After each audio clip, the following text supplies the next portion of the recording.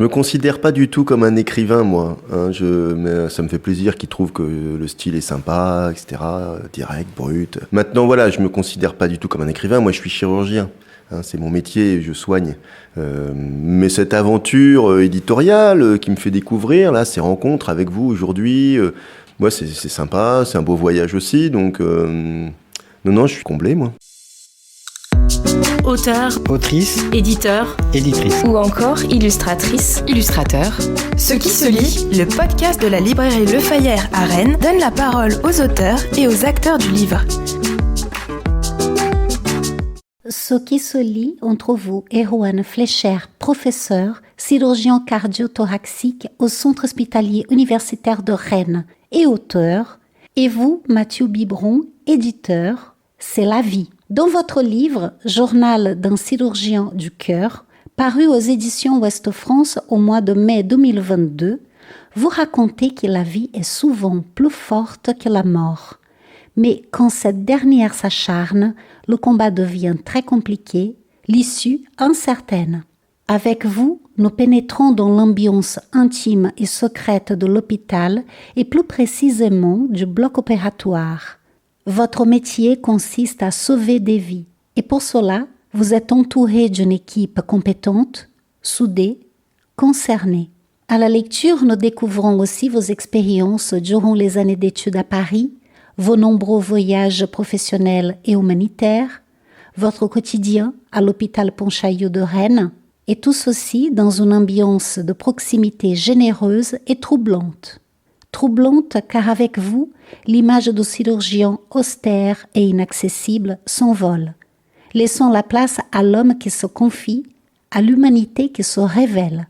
Grâce à vos notes, rédigées comme une scène à nécessité durant tout votre parcours de médecin, votre éditeur, Mathieu Biberon, fait battre le cœur de votre livre, un peu comme vous, avec soin et pour rendre hommage à la vie. Bonjour, Erwan Fleischer. Bonjour, Juliana. Bonjour, Mathieu Biberon. Bonjour Juliana. Erwan, quelle est votre sensation lorsqu'avec votre équipe, vous transplantez le cœur d'un patient et que le cœur commence de nouveau à battre?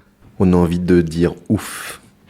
Ça reste une opération rare et particulière, la transplantation. Donc c'est vrai que lorsqu'on le voit déjà repartir, c'est-à-dire lorsque le cœur se remet à battre tout seul, c'est déjà bon signe. Donc on a envie de dire ouf, le nouveau moteur démarre.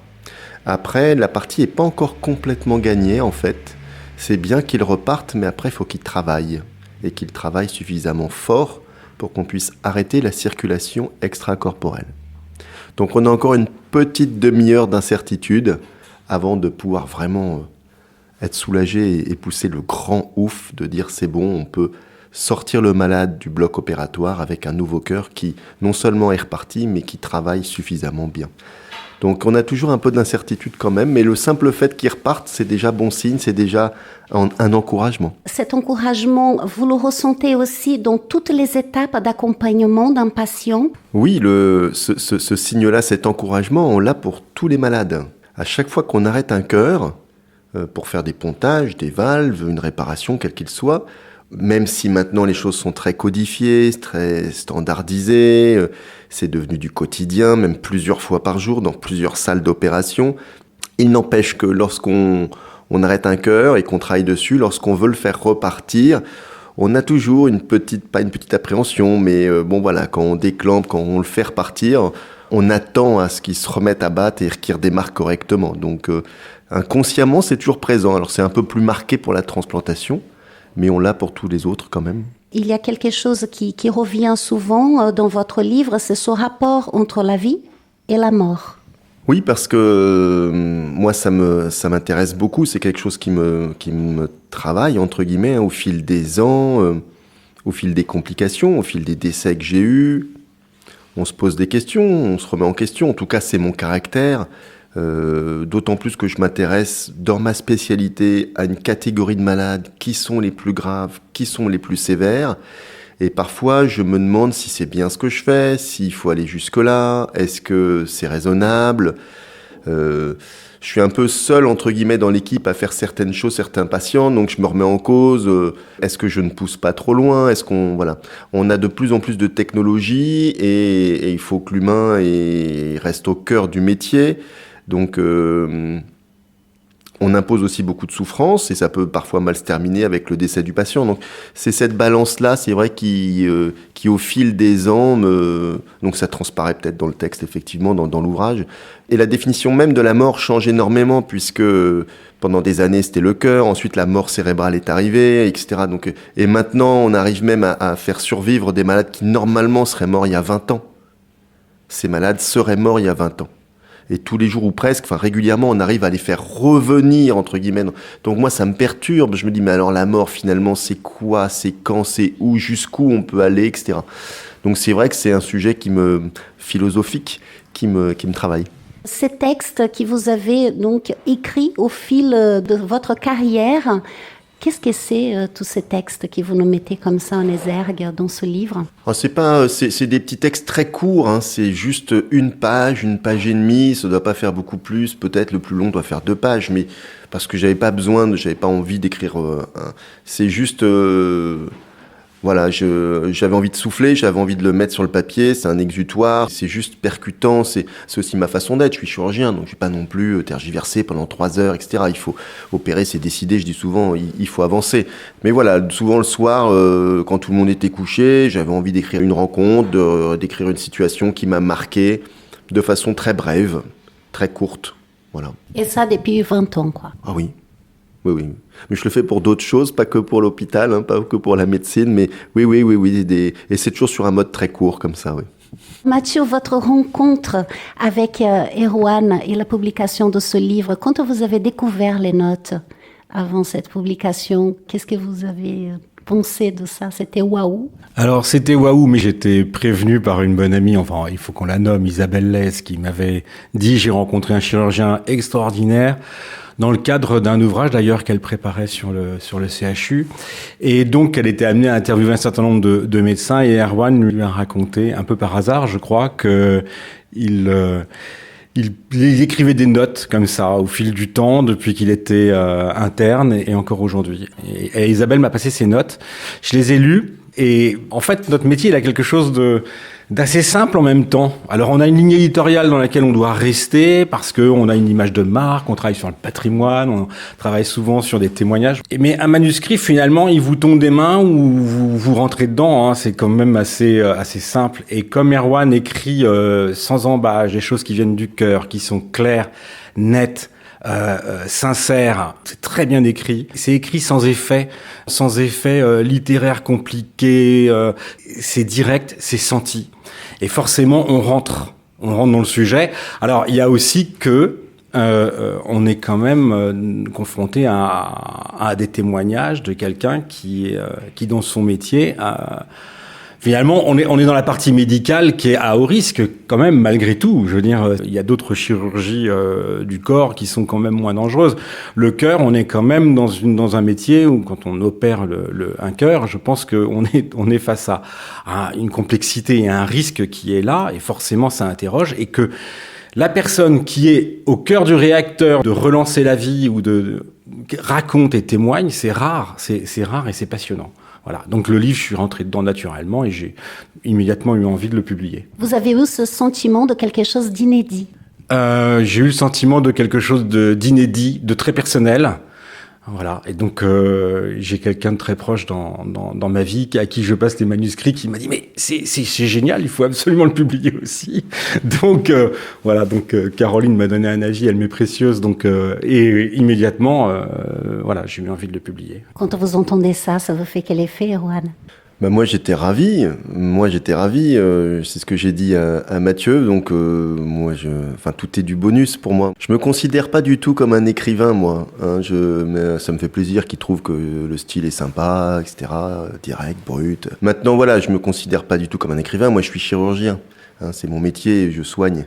Mais cette aventure éditoriale qui me fait découvrir, là, ces rencontres avec vous aujourd'hui, moi, c'est sympa, c'est un beau voyage aussi. Donc, Non, je suis comblé, moi. Le voyage est quelque chose qui fait partie aussi de votre profession. Vous avez voyagé un peu partout, en voyage humanitaire, dans des congrès, etc. Et vous savez que sortir de l'hôpital, faire autre chose, voyager, aller voir ailleurs, nourrit aussi votre travail. Alors ça, je sais pas si c'est parce que je suis breton et que les Bretons voyagent beaucoup, mais j'aime beaucoup voyager, c'est vrai, et j'ai beaucoup voyagé dans ma courte vie pour l'instant, mais oui, c'est vrai que c'est un point important pour moi, le voyage, la rencontre avec l'autre, sortir de sa zone de confort. Dans ma formation aussi, parce que j'ai fait des stages beaucoup en Outre-mer, à l'île de la Réunion, en Polynésie française. J'ai fait l'armée aussi, moi j'étais un des derniers à avoir fait l'armée, donc j'ai fait 16 mois dans les terres australes et antarctiques françaises, à Kerguelen, etc. J'ai fait un an de recherche aux États-Unis, de l'humanitaire, effectivement. Donc c'est vrai que le voyage, aller voir ailleurs, c'est important pour moi, oui. Vous parlez de la période de votre formation. Or, le livre, il est construit d'abord avec une période plus actuelle et dans la 12e partie, c'est la période de la formation. Peut-être que cela concerne plutôt un choix éditorial de mettre la partie de la formation, de démarrage de sa carrière en deuxième partie du livre. Comment ? On a hésité. On a hésité. Mais c'était une idée de toi, Erwan, je crois, non ? Non, je crois que c'était... Non, c'est Vincent. Donc c'est vrai qu'on a hésité sur quel ordre. Est-ce qu'on faisait un ordre chronologique, qui était peut-être plus logique pour le lecteur, et puis un troisième luron a une avis différente qui nous a fait réfléchir. Moi, je suis assez satisfait de l'avoir fait un peu à l'envers comme ça, finalement. Oui, c'était... J'aurais pas eu le réflexe. Moi. Je suis formation d'histoire, donc j'ai tout accroché à la chronologie comme un forcené. Et effectivement, ça tombait assez sous le sens. C'est-à-dire qu'en fait, ce qui était fort et ce qui faisait entrer dans le sujet, c'était ce que vit Erwan actuellement, quand même.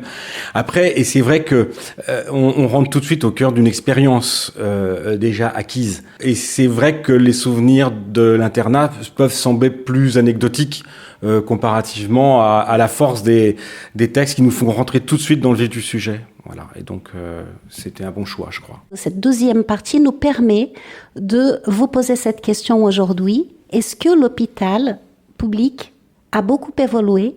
Et est-ce que, autant que professeur, les jeunes médecins qui arrivent et qui vont demain travailler avec vous, ils ont aussi changé? Il y a deux questions dans votre question, Juliana. Il y a l'évolution de l'hôpital et l'évolution des jeunes médecins. Alors, l'évolution de l'hôpital, malheureusement, je ne vais pas être très optimiste. Notre outil se dégrade considérablement. Et tous les jours ou presque, il y a des pans de l'hôpital public français qui s'effondrent. Il n'y a qu'à regarder les tribunes dans les journaux, tous les jours, quel que soit le journal, de droite, de gauche, centre, peu importe. Tous les jours, il y a une tribune de cardiologues, de radiologues, de pédiatres, de réanimateurs qui se plaignent de l'évolution des choses et moi, je le vis au quotidien. Donc, je peux vous dire au quotidien que les choses s'accélèrent. Donc, l'évolution de l'hôpital, malheureusement, notre outil souffre et j'espère que nos politiques vont réagir et réagir de façon extrêmement forte. Sinon, on va s'écraser, tout simplement. C'est un peu comme le réchauffement climatique, l'hôpital.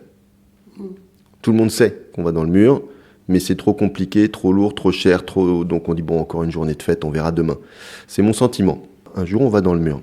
Pour ce qui est de l'évolution des jeunes médecins, elle a évolué bien sûr, et je veux pas faire le vieux schnock entre guillemets. D'abord, je suis pas très vieux, et bien sûr qu'elle évolue, bien sûr qu'elle a évolué.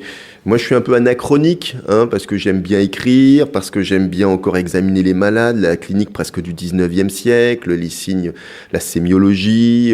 Je sais pas pourquoi j'aime ça d'ailleurs, mais voilà. Donc, c'est sûr que je suis encore un peu de l'ancienne école, j'ai envie de dire presque d'un autre siècle, du siècle précédent. Maintenant, est-ce que c'est bien que les nouveaux médecins soient différents de moi et n'aient pas cette approche et cette mentalité? Pas forcément. C'est bien que les choses ne soient pas figées, c'est mouvant. La législation aussi, j'insiste, la législation a beaucoup changé. Ils n'ont plus non plus le droit de faire ce qu'on faisait nous. Les règles du jeu ont changé, ils doivent s'adapter. La féminisation des études de médecine, beaucoup. Il y a une majorité maintenant de médecins femmes dans notre pays. La perte de notoriété de la chirurgie par d'autres spécialités. Avant, la chirurgie était extrêmement demandée au concours dans l'internat. Maintenant, ce n'est plus le cas. Il y a d'autres spécialités qui sont bien plus demandées. Les sacrifices demandés ne sont plus forcément en accord avec les attentes. Et c'est pas forcément une mauvaise chose. Donc après, je suis pas inquiet, moi, sur l'état d'esprit des jeunes médecins, l'avenir de la médecine française. Il y aura toujours plein de gens motivés, des gens qui seront passionnés. Je suis beaucoup plus inquiet et réservé sur notre outil. Quel était le moment pour vous qui était très marquant comme ça dans le livre? Est-ce que vous avez un souvenir d'un passage qui vous a particulièrement touché dans cette histoire? Il y a des textes, il y en a plusieurs, mais si je réfléchis, je suis père de famille. La mort d'un ange est quelque chose qui terrifie n'importe quel parent. C'est quelque chose de compliqué. On voit aussi pourquoi un peu Erwan écrit, j'imagine. Ça permet de conjurer peut-être certaines choses, certainement. Ce métier est admirable et compliqué, je pense, à la fois. Et puis, il y a des grandes phrases d'espoir qui sont dites, comme je le disais, très simples. C'est la phrase qu'on a mis en exergue sur la couverture, qui est on sort du bloc opératoire et on voudrait crier au monde entier ce qui vient de s'y produire. C'est extraordinaire. C'est simple, c'est clair, mais ça touche profondément le lecteur. Donc, il y a plusieurs passages. Et d'ailleurs, c'est ça l'intérêt du livre aussi, c'est que je pense qu'on suit Erwan et on passe d'un état à un autre de curiosité, en découverte et de coup dur en espoir, comme David contre Goliath, où ce petit garçon finalement vainque la mort. Et ça, aidé par le corps médical quand même, mais c'est génial. Donc il y a ces deux côtés et voilà, on est embarqué dans ce témoignage, c'est ça qui est fort et qui fait l'intérêt de ce livre. Qu'est-ce qui vous a donné envie de faire ce métier, Erwan? Je ne sais pas très bien, j'ai pas une date ou une rencontre, ou je n'ai rien de précis. Moi, je viens d'un milieu populaire, je dirais pas pauvre, mais populaire. J'ai été élevé par ma mère. J'ai pas mal traîné dans les hôpitaux pour des raisons familiales. Pendant un moment, quand j'étais au lycée, collège, j'ai pas mal traîné dans les hôpitaux un petit peu. Et je me dis peut-être que c'est ça qui m'a donné envie d'aller dans la médecine. Ma mère était infirmière aussi, peut-être que ça a joué, hein. Après, dès que je démarre la médecine, je veux faire de la chirurgie, je veux faire quelque chose de lourd, je veux faire quelque chose d'invasif. Je pense quand même, je le dis, hein, je pense qu'il y a une part d'orgueil. Encore une fois, on est dans les années 90, tout début des années 90. La chirurgie est très demandée à l'internat. La chirurgie cardiaque est très très demandée, très sélecte, entre guillemets. Je veux aussi, moi, monter l'ascenseur social, ma part au soleil. C'est du travail, hein, mais ça me fait pas peur, je suis travailleur. Voilà, je dirais inconsciemment, voilà mon analyse. L'hôpital, c'est un lieu qui vous aimait profondément. On sent ça dans votre livre. Ah oui, l'hôpital, j'adore l'hôpital. J'adore l'hôpital, oui, ça c'est sûr. Erwan aime l'hôpital, mais on sent que tu aimes les gens aussi. Et parce que quand tu témoignes, tu dis il faut voir des patients, il faut voir des malades, faut aimer les gens pour aller les voir. Enfin, c'est le rôle du médecin, mais il y a un texte dans le livre où tu dis que c'est pas si évident, qu'il faudrait que les jeunes médecins voient davantage de patients, aillent les voir peut-être plus souvent. Enfin, je connais pas le rythme, mais je me permets pas de juger. Mais on sent que toi, tu as ce goût pour ça, ce goût pour les gens, aller les voir et voilà. Donc, je pense que ce métier, il n'est pas là par hasard non plus. Parce que ça change tout. C'est-à-dire qu'à partir du moment où on n'opère pas une valve, mais on opère Monsieur Tartampion avec sa famille qu'on a vue, ça prend une dimension complètement différente. Mais c'est aussi beaucoup plus lourd à porter. Parce que si on se plante sur Monsieur Tartampion, c'est pas juste la valve. On aura apporté ces rencontres, ces regards, ces sentiments, cette relation, cette connivence qu'on a établie. Si ça se passe bien, c'est énormément de richesse, de remerciements, et on a établi des ponts formidables. Mais on sera beaucoup plus blessé et affecté si ça se passe mal. Donc c'est sûr que certains chirurgiens ou certains médecins vont se protéger, je pense, d'une certaine façon, en se limitant au geste chirurgical, en étant assez froid avant, le strict minimum après, je fais bien le geste et j'en sors indemne, entre guillemets. Ouvrir les portes avant et ouvrir les portes après, c'est à la fois décupler les sensations de plaisir en cas de réussite chirurgicale et d'aboutissement, d'accomplissement, mais c'est aussi beaucoup plus violent lorsqu'on s'écrase, quoi. C'est ça. Et comment ça se gère ? Ça, je pense que c'est à chacun, ça dépend de la personnalité des gens, de leur ouverture, de leur mode de vie, s'il y a des problèmes déjà à côté de l'hôpital. Pour être un bon médecin, pour faire ça à l'hôpital, je pense qu'il faut aussi être bien dans sa peau, être bien dans sa tête. C'est compliqué d'opérer si à la maison il y a le feu, quoi, je pense. La vie de couple, les enfants, ça fait beaucoup à porter pour un seul homme ou pour une seule femme, hein, si c'est une femme chirurgienne. Donc voilà, chaque histoire est différente. C'est une alchimie et voilà. Mais ça mériterait quand même un accompagnement, un soutien peut-être. Peut-être. Je ne sais pas si vous êtes d'accord avec moi, Mathieu, mais s'il y a bien un qui a donné son cœur, voire son corps à la médecine, c'est Erwan Fleischer. Oui, exactement. C'est tout à fait ça. Mais c'est plutôt à lui de répondre. Moi, je me permettrai pas. On est très heureux aux éditions Ouest France d'avoir publié ce livre. Ça, c'est certain. Quand on lit que dans la nuit, parfois, il y a des réveils intempestifs parce qu'il faut courir, il faut arriver en salle de chirurgie au plus vite pour opérer, tout est millimétré, mais que finalement, c'est pas ce moment-là qu'on revient, qu'on se recouche, etc. Et ça, parfois, dans une nuit à plusieurs reprises, c'est quand même pas rien pour votre propre santé déjà. Alors c'est vrai qu'il y a du physique, il y a de la résistance physique. D'abord, nos blocs opératoires souvent sont longs. Hein. On n'opère que 2 malades par jour, mais souvent des blocs de plusieurs heures, 3, 4, 5, 6, 7 heures, hein, donc statiques. Donc il y a quand même de la concentration et physiquement on sort souvent fatigué hein, de ces interventions. Et après c'est vrai que moi je dors peu, hein, je dors pas beaucoup en tout cas, donc c'est vrai qu'on est souvent, on peut être appelé, mais après c'est comme ça, hein, c'est la fonction comme un pompier où voilà on a le téléphone dans la poche, on sait qu'on peut être appelé. Cette nuit j'ai été appelé, j'étais pas de garde, mais j'ai été réveillé à 4 heures du matin pour un avis d'une de mes collègues qui me demande un avis. Je vis avec et c'est comme ça. J'avais un patron parisien, un grand patron parisien à la Pitié-Salpêtrière qui me demandait souvent quand j'étais interne quelle était la première qualité d'un chirurgien. Alors souvent les jeunes disent la dextérité, la rapidité. Non, c'est rien de tout ça, c'est la disponibilité. Et je pense qu'il avait, je sais pas s'il avait raison, en tout cas je dirais qu'il avait pas tort. C'est beaucoup plus dur peut-être pour mes proches ou pour ma famille ou pour des amis, des choses comme ça. Mais pour moi, c'est pas une contrainte. Je pourrais y vivre 24/24, moi, à l'hôpital quasiment. Vous vivez votre métier de cette manière aussi, Mathieu ? Oui, en fait...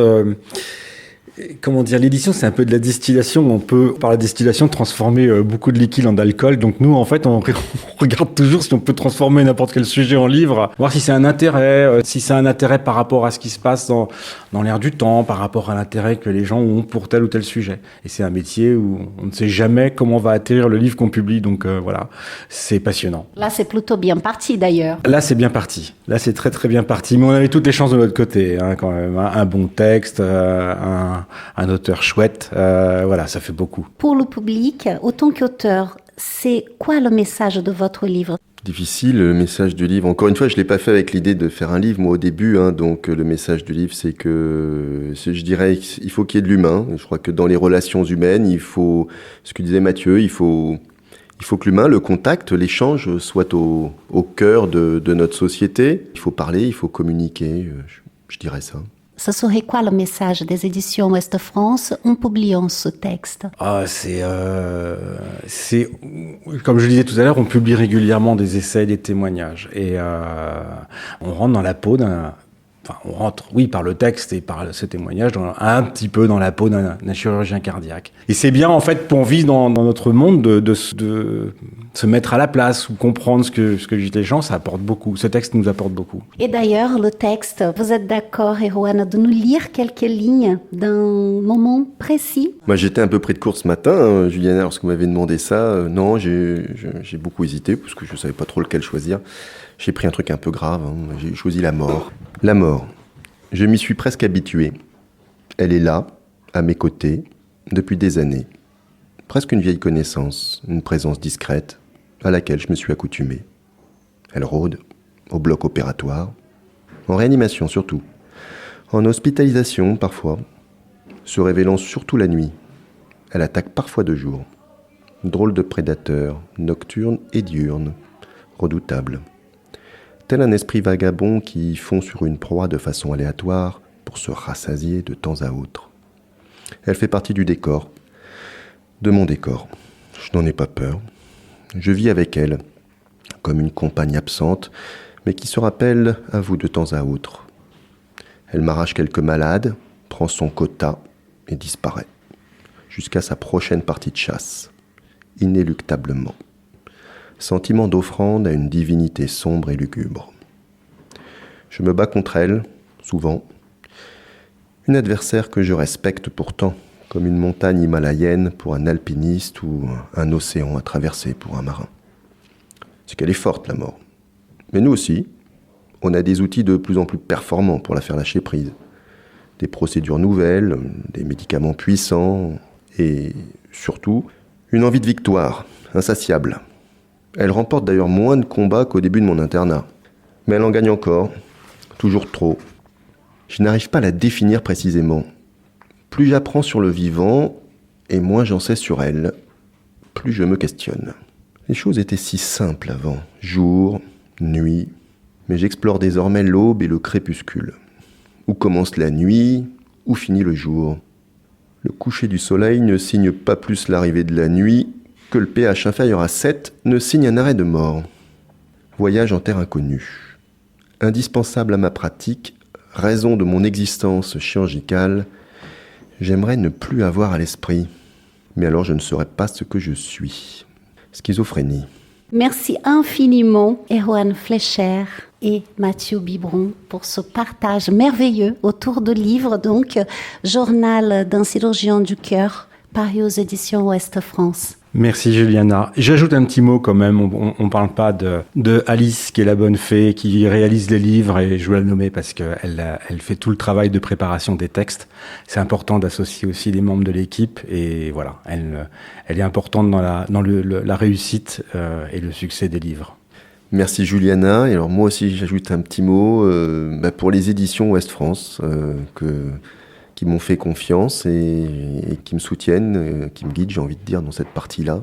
Et j'ai beaucoup de plaisir à travailler avec eux. Une expérience qui pourrait se renouveler peut-être. Peut-être, pourquoi pas, ce sera avec grand plaisir. Et puis merci à Erwan aussi de nous avoir fait confiance, de prendre en charge son texte. C'est un vrai plaisir de le publier et de l'avoir comme auteur. Ce qui se lit, le podcast de la librairie Le Fayeur avec Erwan Fleischer, professeur chirurgien cardio-thoracique et auteur, et Mathieu Biberon, directeur éditorial, qui parle du livre d'Erwan Fleischer, Journal d'un chirurgien du cœur, paru aux éditions Ouest France. Merci à l'équipe Le Fayeur pour avoir organisé cette rencontre. Ce podcast a été réalisé par Juliana Alain pour la librairie Le Fayeur. Le podcast vous a plu ? N'hésitez pas à vous abonner, à partager et à nous suivre sur les réseaux sociaux.